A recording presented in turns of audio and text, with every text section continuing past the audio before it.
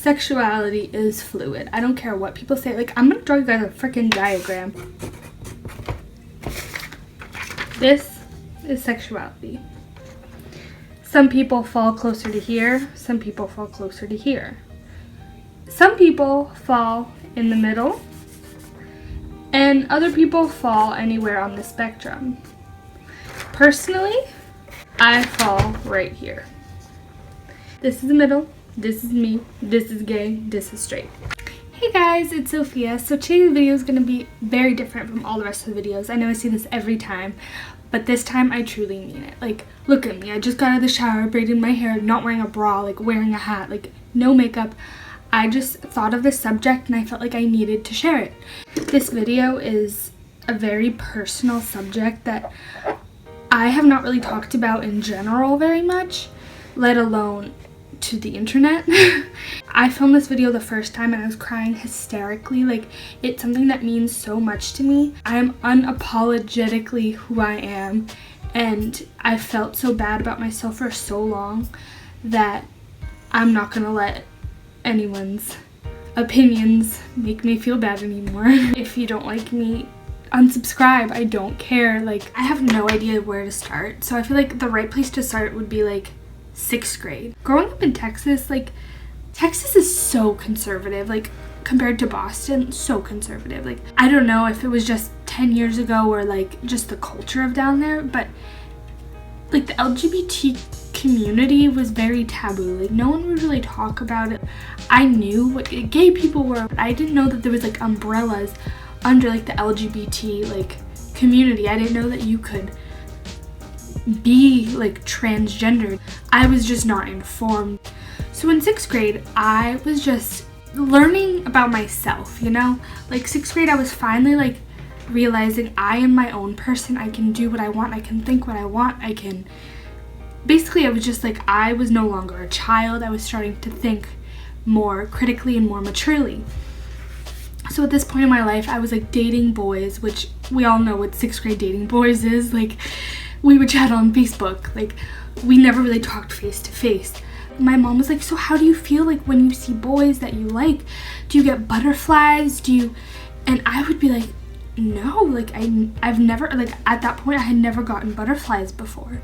And she's like, I remember when I was your age, I would see boys and my like whole being would flutter. Like, I was so happy to see them. And I was thinking like, no, like that doesn't happen to me. Like, when I see them, I'm like, hey dude, like we're friends. I like hanging out with you. Like, I might want to kiss you, but I'm not really sure. Like, we're boys, you know? And I like thought that that's how every girl felt, you know? Like, I didn't realize that you were supposed to feel like this immense feeling of joy when you saw a boy. And it was just very like strange to me, you know? And I remember I was dating this boy, Chippy, hi, my first boyfriend. And it felt wrong.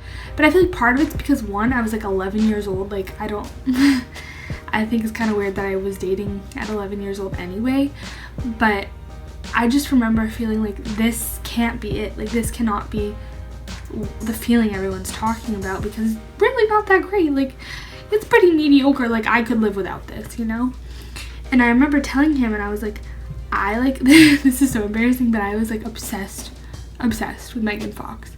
And I remember telling him, like, I think I like girls. Like, I love Megan Fox. Like, I could never see myself, like, dating a girl, but I could see myself, like, making out with Megan Fox. Like, that was so, like, oh my god, Megan Fox. Like, yeah. So that was, like, my first, like, realization, you know? Like, I was like, Megan Fox, like, damn. Like, I feel butterflies when I think about Megan Fox. Like, you know.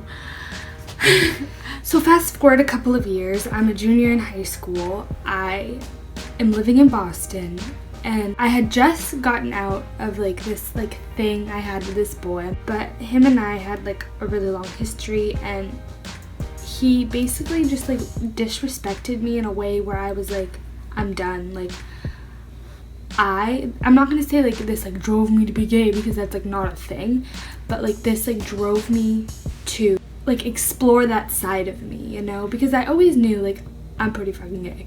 And my cousin, who is transgender, peace Carson if you're watching this, he at the time was dating this girl, and They would just like make fun of me constantly. Like, of course, I'm that person. I made a group chat, whatever, like weird, I don't know.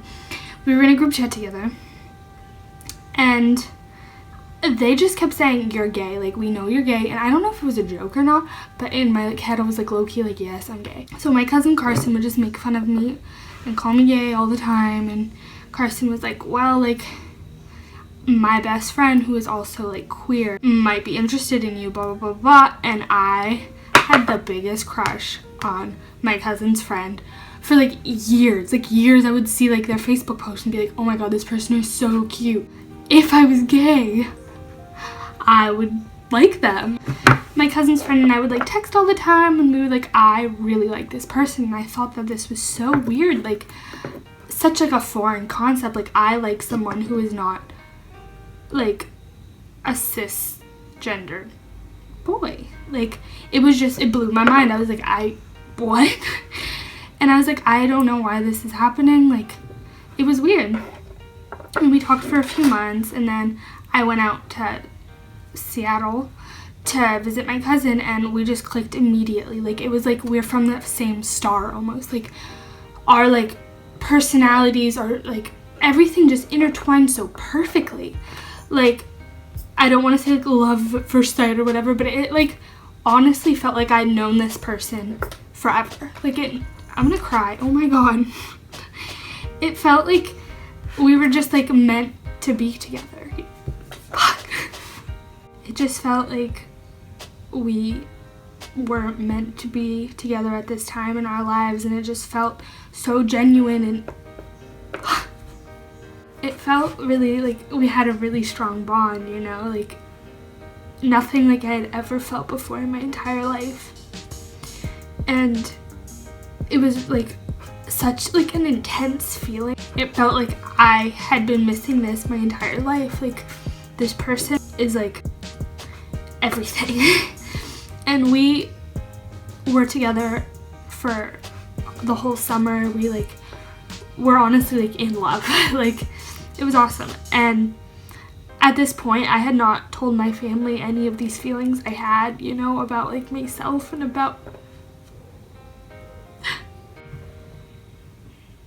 I hadn't told my family anything. I hadn't told them any part of like my like struggle to come to terms with like my sexuality and myself, you know.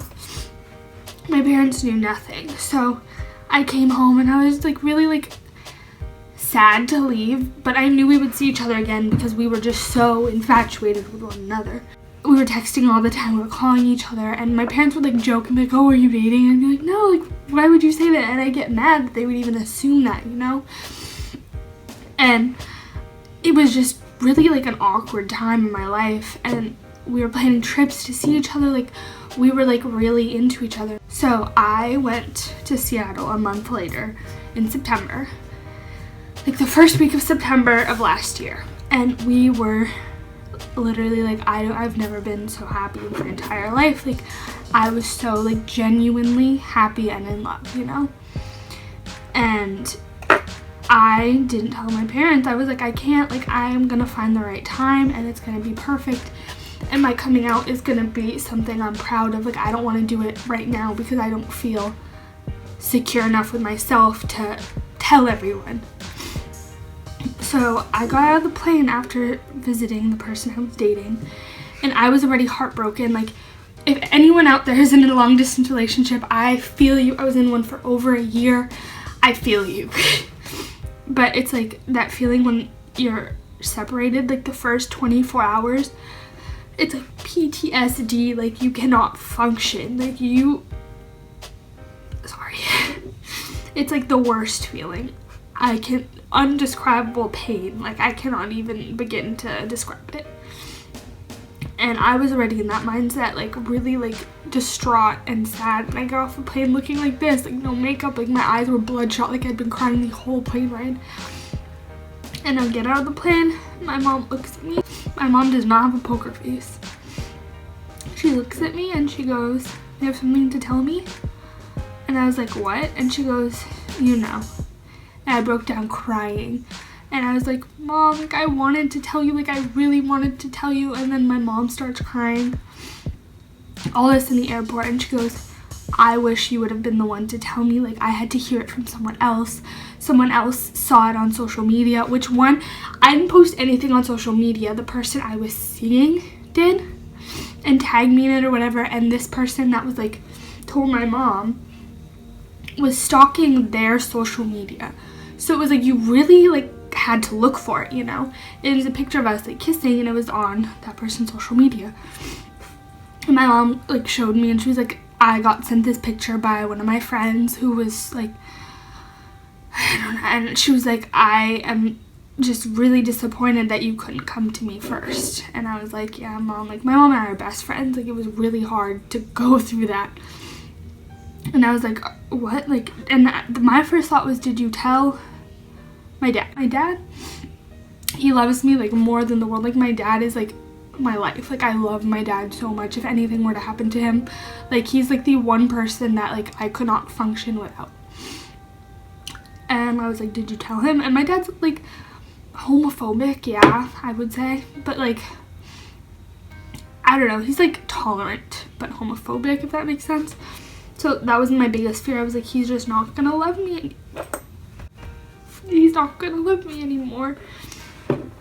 And I was really scared. And she's like, yeah, I told him, and he's outside waiting to pick you up to take you home. And I was freaking out. And I get in the car, my dad doesn't talk to me the whole ride home. And at this point I'm so sad. So like sad over not being with my significant other one, and sad that like all this is happening to me right now, school starting the next day, like it's my parents' wedding anniversary.